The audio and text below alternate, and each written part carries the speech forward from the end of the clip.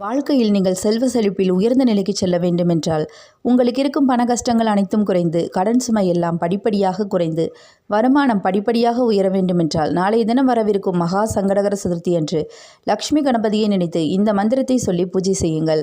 நாளை மாலை 6:30 மணிக்கு மேல் உங்கள் வீட்டு பூஜை அறையில் விளக்கேற்றி வைத்துவிட்டு ஒரு வெற்றிலையின் மேல் ₹1 நாணயத்தை வையுங்கள். ஒரு மஞ்சள் விநாயகரை பிடித்து அந்த ₹1 நாணயத்தின் மேல் வைத்து பூஜை அறையில் வைத்து விடுங்கள். இந்த பூஜைக்கு கட்டாயம் அருகம்புல் தேவை. அருகம்புல்லால் விநாயகருக்கு அர்ச்சனை செய்யும் போதுதான் செல்வ வளம் கிடைக்கும் என்பது நம்பிக்கை. ஒவ்வொரு அருகம்புல்லையும் எடுத்து அந்த மஞ்சள் விநாயகருக்கு அர்ச்சனை செய்யும் போது இந்த லக்ஷ்மி கணபதி மந்திரத்தை நீங்கள் சொல்லுங்கள்.